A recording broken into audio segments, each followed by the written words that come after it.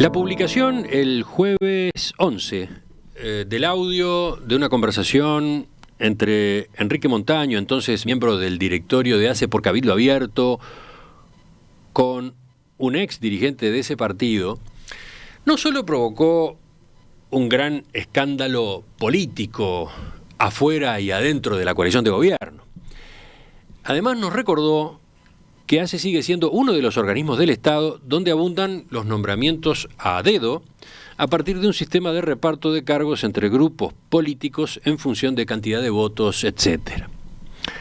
En esa distribución aparecen direcciones de hospitales y otros servicios, pero también otro tipo de puestos.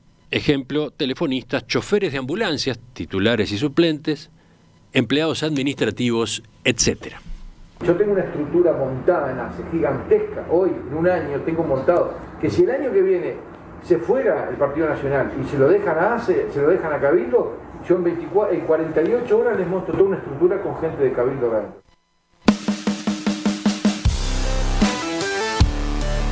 Montaño, que en la grabación se jactaba de haber nombrado a 135 personas, renunció pocas horas después de la divulgación de sus dichos a pedido del líder del sector, Guido Manini Ríos.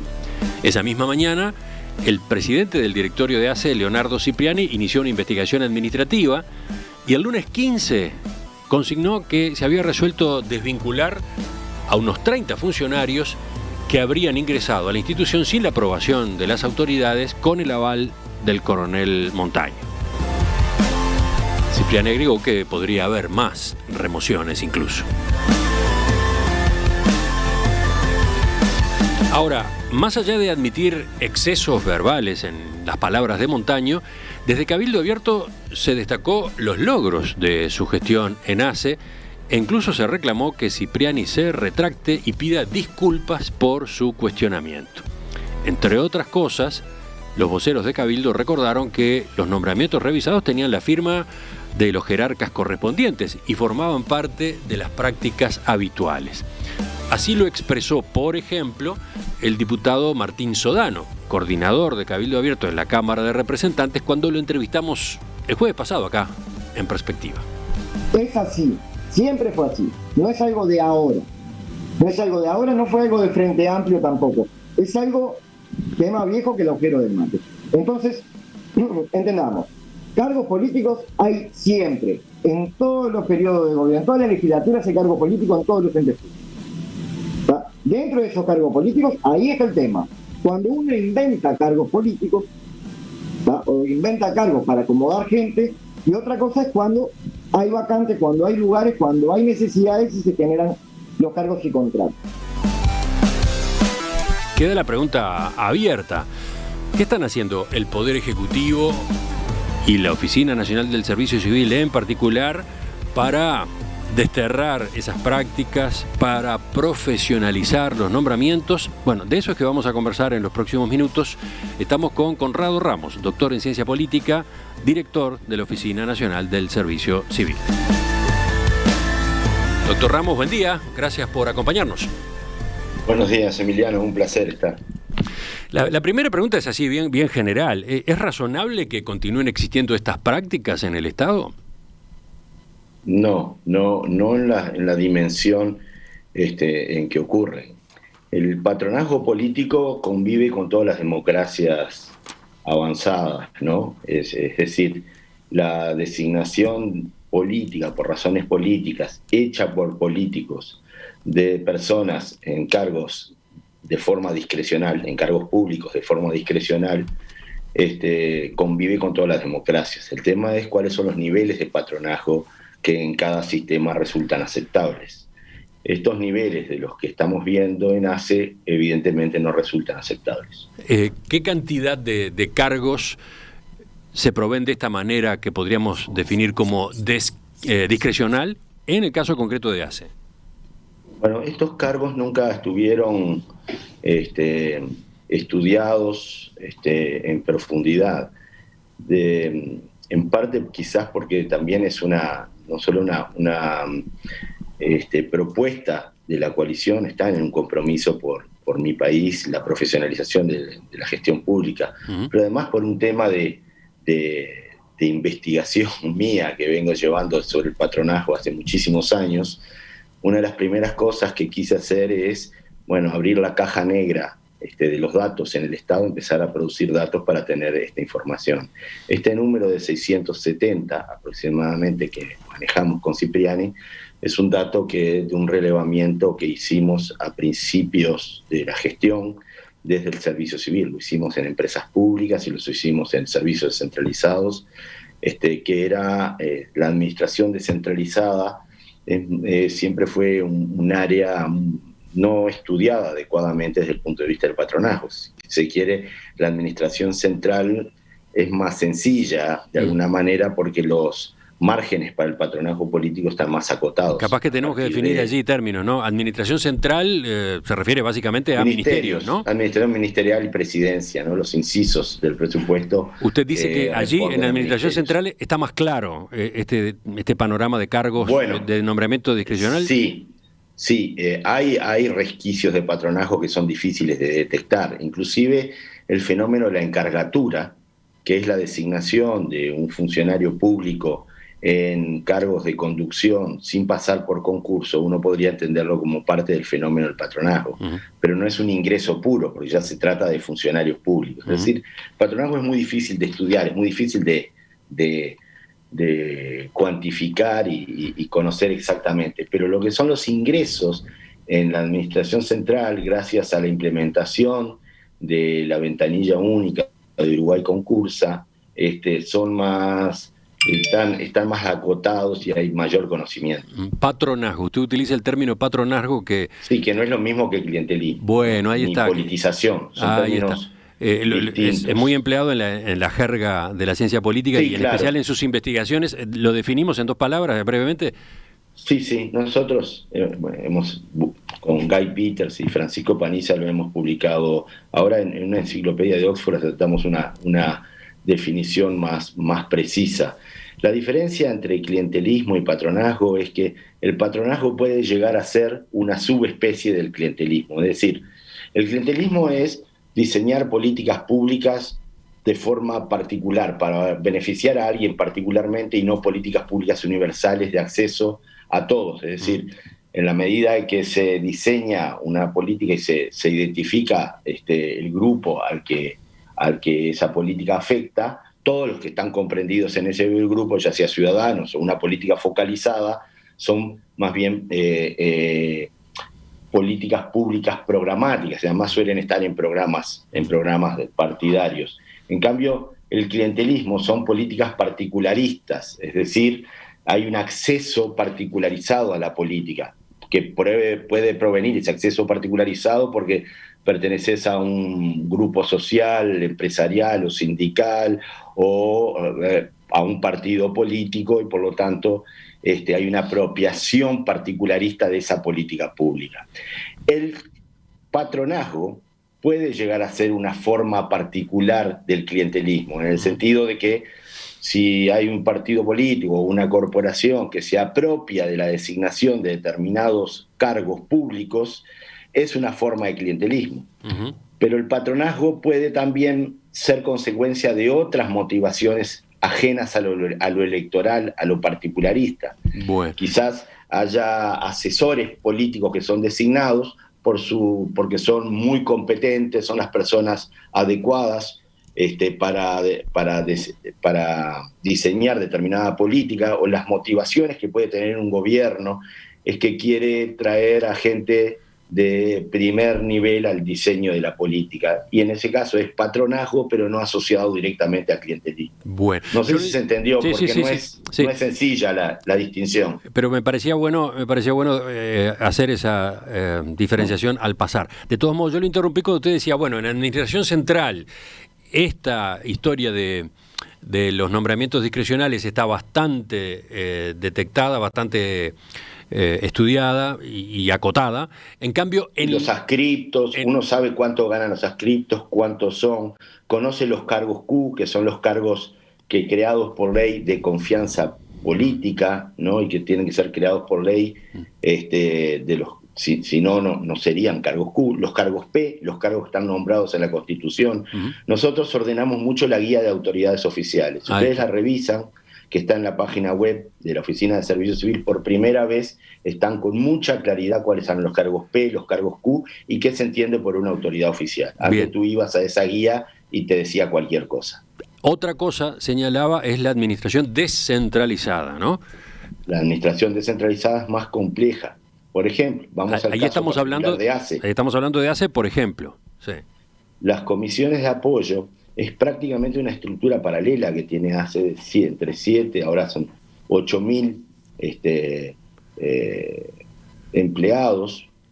No utilizo la palabra funcionarios porque no son de derecho público, son empleados que trabajan para ACE, contratados con dineros públicos, de los cuales es un sistema muy particular que ha ido creciendo mucho en el tiempo y que habría que ver cuál es la justificación de que ese sistema exista como una estructura prácticamente paralela a ACE. Es decir, se llenan todo tipo de cargos a través de las comisiones de apoyo. Entonces, por lo que averigüé, y tengo entendido, yo no soy un especialista en comisiones de apoyo, claro, pero por lo que averigüé, las comisiones de apoyo, cuando una persona, empleado, está por muchos años, se renuevan automáticamente año a año, supuestamente tienen que ser concursadas y se hace un orden de prelación, es decir, necesito designar enfermeros en un determinado hospital y llamo a un concurso a través de las comisiones de apoyo y se arma un orden de prelación que dura hasta 3 años. Entonces, cada vez que quiero hacer entrar, voy al orden de prelación y en vez de hacer otro concurso distinto, meto mano a esa lista de prelación que hay. Entonces, ahora, los mecanismos de control... Sí, Emiliano. Usted decía que nace 670 cargos. Pero son distintos a las comisiones de apoyo. Pero en total, ¿cómo en total hay unos 670 que pudimos contar nosotros a partir de la información que nos envió el propio organismo, que son de designación discrecional directa por el directorio. En un total de 33.000, ¿es así? En un total de 33.000, sí, porque muchos tienen doble vínculo, entonces no se puede contar vínculos si no hacen un cálculo de funcionarios. Bien. 30 y pocos. Entonces vuelvo al comienzo, ¿no? Que se dé como natural este tipo de designaciones, como quedaba claro en el audio de Montaño y como después incluso señalaba en la entrevista que hicimos la semana pasada el diputado Martín Sodano, no suena muy lógico en el gobierno de una coalición que llegó prometiendo mayor eficiencia en el Estado, un recorte inteligente del gasto público, un uso del dinero del Estado respetuoso de la población que paga sus impuestos, ¿no? ¿Cómo observaron todo este episodio entonces? Claramente no es la política del Poder Ejecutivo y lo observamos con mucha preocupación. De ahí a que el propio Cipriani, hemos hablado mucho con él, ya veníamos hablando, si ustedes recuerdan, ya veníamos trabajando. El tema de la pandemia, hay que decir que también nos impone un freno en muchas de las propuestas. Hay cosas que hay que trabajarlas presencialmente y otras se pueden hacer por teletrabajo. Pero me cruzó la gata. Esto no había pasado nunca en una entrevista, que se cruzara una gata. Es la gata de Iliana. Está bien, pero hemos tenido otros animales, pero no gatos. Me alejé de los perros, pero me embromó la gata. Bueno, realmente estamos trabajando con Cipriani en dos sentidos, de alguna manera. Uno es racionalizar esta estructura de 670 que consideramos que es excesiva. Es una estructura aluvional, es cierto que ACE tiene muchas unidades ejecutoras, pero hay cargos que tendrían que ser profesionales, concursados y no designados directamente. No pueden llegar a entender cierto nivel de asesoría, que algún adjunto que tenga un director de hospital o algún, pero no equipos enteros de adjuntos y asesores o gerentes financieros que son designados directamente. No se entiende por qué un gerente financiero no puede ser un cargo concursado. Y justamente, si uno se pone a mirar esa estructura de ACE, esos 670 cargos hay de todo tipo y están por lo general jerárquicos o de nivel de asesoría, que deberían ser concursados, entre ellos los directores de hospitales. Bueno, en los últimos 2 años del segundo gobierno de Tabaré Vázquez, después de la remoción del directorio de ACE encabezado por Susana Muñiz, que a su vez vino después de toda la polémica política, vino la comisión investigadora de la Cámara de Representantes, etcétera. Bueno, cuando se designó como presidente de ACE a Marcos Carámbula, se inició un proceso hacia el nombramiento por concurso de los cargos de dirección, ¿no? Un proceso que quedó inconcluso. Faltaba saber... Yo participé. Bueno, usted mismo estuvo involucrado, ¿no? Representando a la Universidad de la República. Me pareció una muy buena cosa el coraje de Marcos en un área que había sido, como decíamos, un territorio liberado al patronazgo político durante tanto tiempo, hubiese iniciado un proceso de profesionalización. La pregunta abierta cuando cambió el gobierno era, ¿se va a continuar por ese camino? Ahora, con estos hechos de las últimas jornadas, de las últimas semanas, esa cuestión se revitaliza, ¿no? ¿Está previsto seguir? A veces no hay mal que por bien no venga, ¿no? Estas son ventanas de oportunidades también. En Chile, la constitución del sistema de alta dirección pública, para el cual el Uruguay no está maduro aún,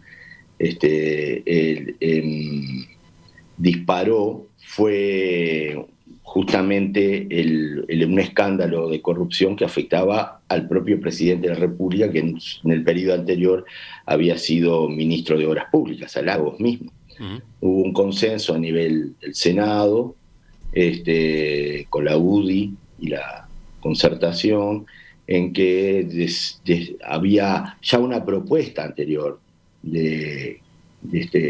inclusive con apoyo del gobierno neozelandés, etcétera, que había quedado en el tintero, y que se aprovechó para revitalizar y se generó el sistema de alta dirección pública, pero justamente luego de un escándalo de corrupción. ¿Y acá, en Uruguay, entonces? El sector público. Acá yo creo que esto puede ser una buena ventana, y hay que agradecerle a esta gente que quizás aceleren un proceso de profesionalización.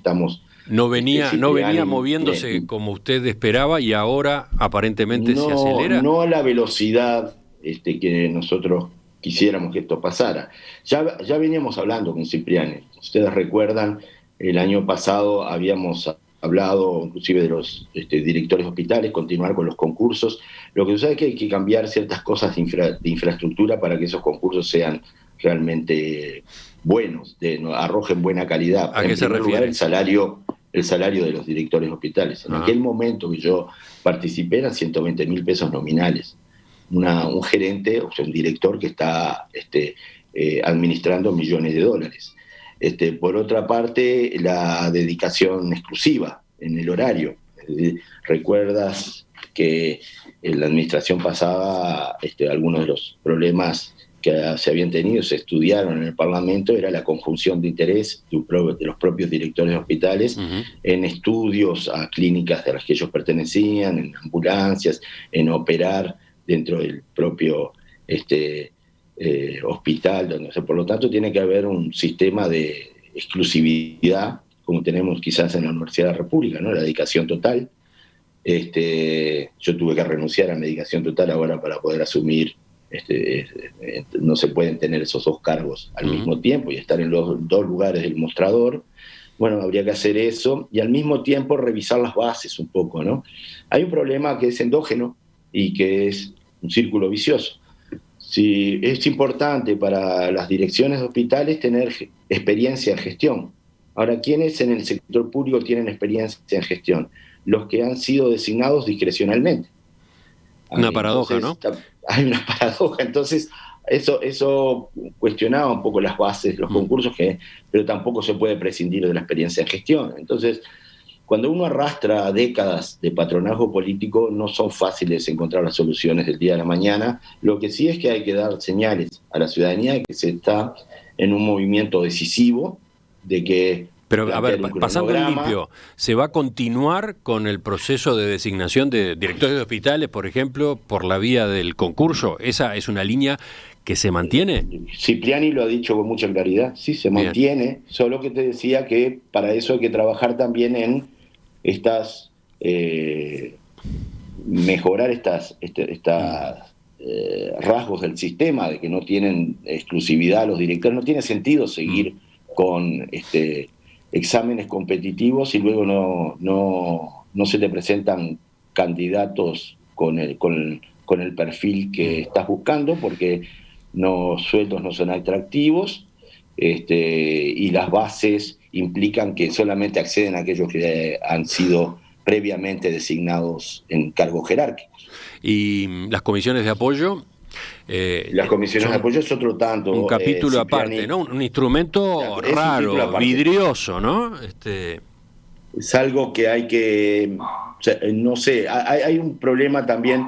¿Qué pasaría si esos 8.000 funcionarios o empleados de comisiones de apoyo, porque llegan a ser directores de hospitales?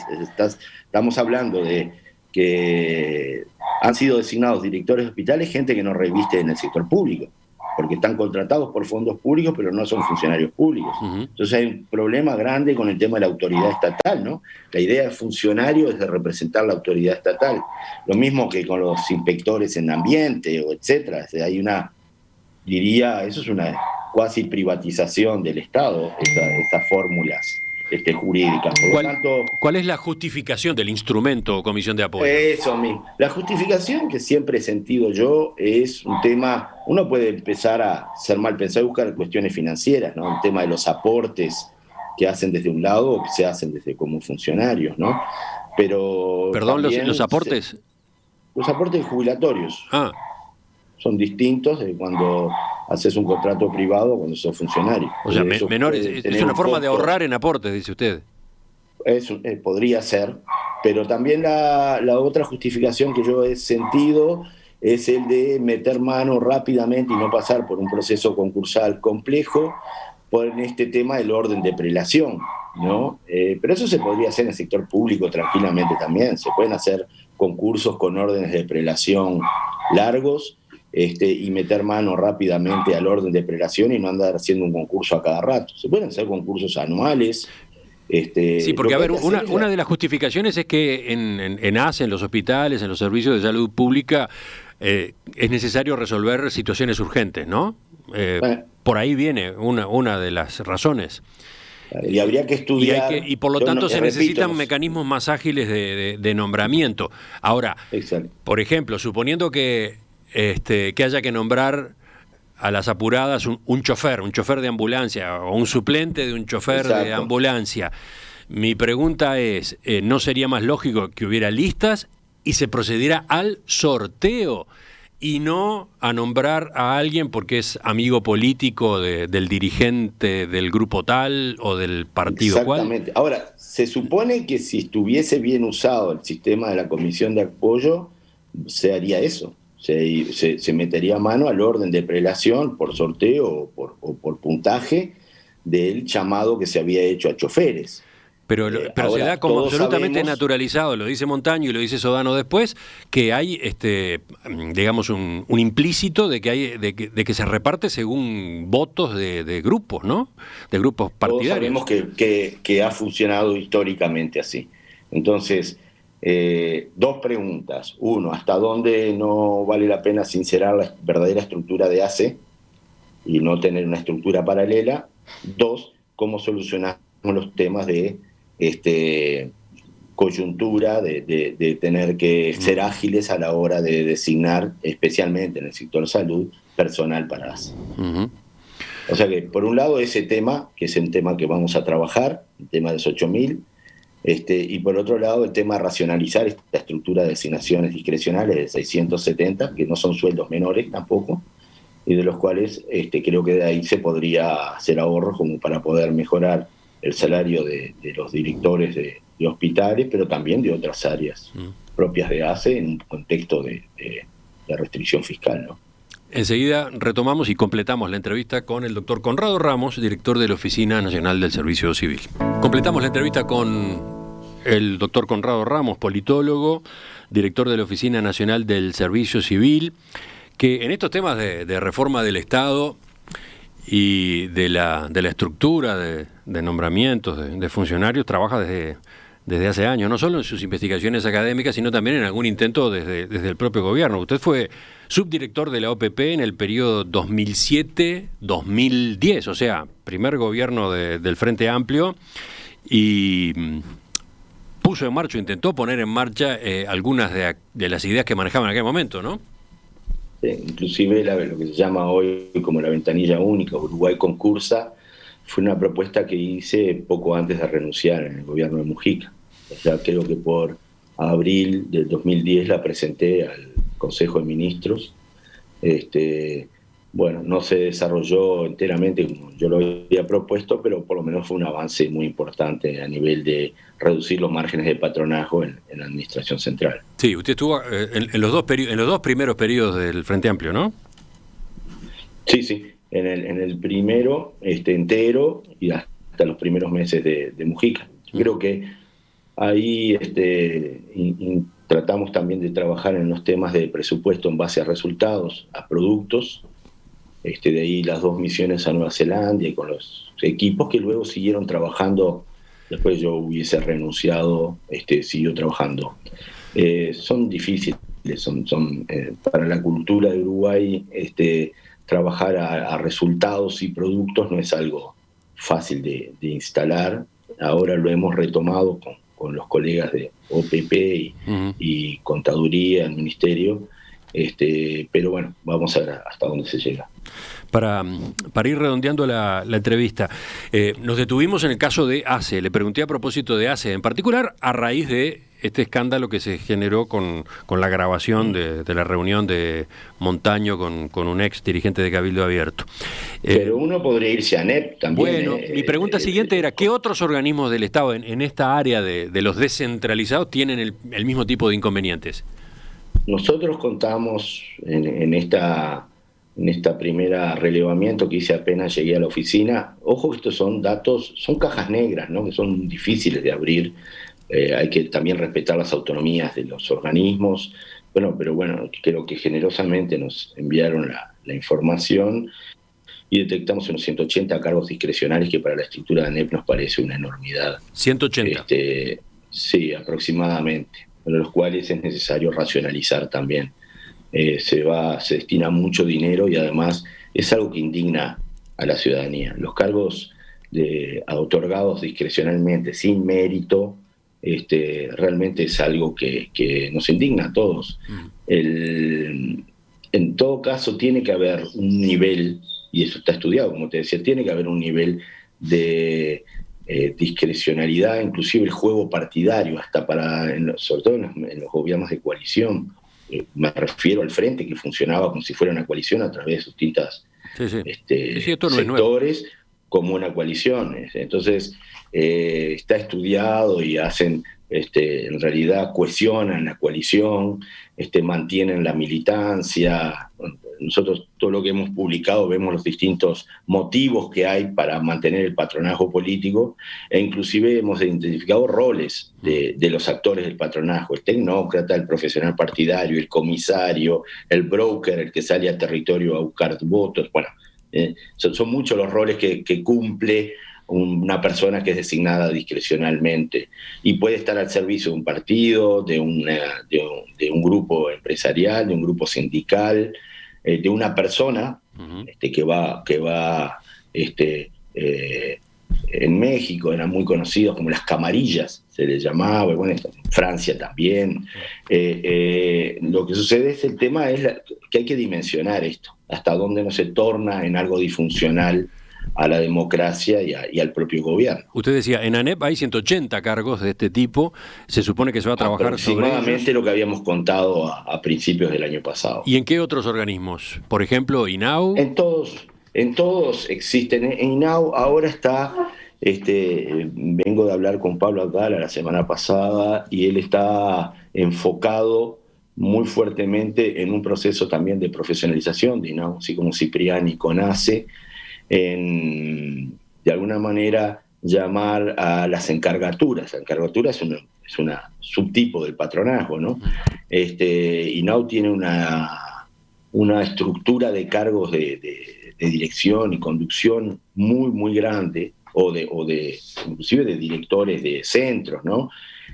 muy grande, yo diría excesiva, los cuales siempre fueron de designación discrecional. Y bueno, ahora Abdala, es cierto que hay una norma de la administración anterior, nunca la llegó a ejecutar, pero hay una norma que dice que hay que concursar estas funciones. Y bueno, Abdala está muy motivado en concursar estas funciones. Lo que sucede es que no son fenómenos fáciles, porque no hay músculo. Son muchos años sin estructuras de llamados a concurso en estos niveles, y por lo tanto nosotros estamos trabajando muy fuertemente, inclusive en aplicar inteligencia artificial en la lectura de los CVs. Queremos ejercer un rol de rectoría sobre los concursos, donde mejoramos la capacidad de predicción, de no solamente que sea ajustado a norma, con las garantías del concurso, sino que además darle la garantía a la administración de que se elige a la mejor persona. Y eso no es sencillo.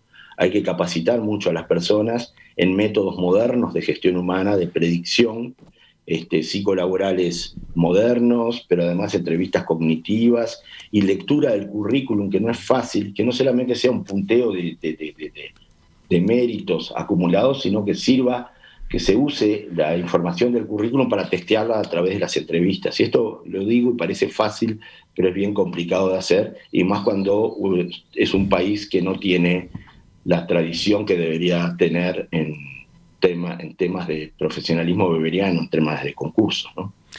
Dejamos por acá la entrevista con estas líneas que usted ha marcado, que conviene que después revisemos cada tanto, actualicemos, ¿no? A ver en qué medida se trabaja y se avanza en ellas, ¿no? Vamos a ya pactarlo para dentro de un par de meses, conocer entonces las novedades. Rendir cuentas. Sí, sería bueno, creo que sería bueno, porque esta discusión de estos días debería tener un cauce, ¿no? Debería producir resultados, por lo menos empezar a producir resultados. Queda todo el otro campo, ¿no? Que es el de las intendencias departamentales. Pero en eso usted no tiene incidencia, claramente. No, pero he sido invitado por el plenario del Congreso de Intendentes a presentar el proyecto de reforma que estamos haciendo a nivel de la Administración Central, de las carreras, identificación de ocupaciones, etcétera, que ya es un avance importante hacia la profesionalización. Luego primero hay que saber qué hacen las personas para poder hacer buenos concursos.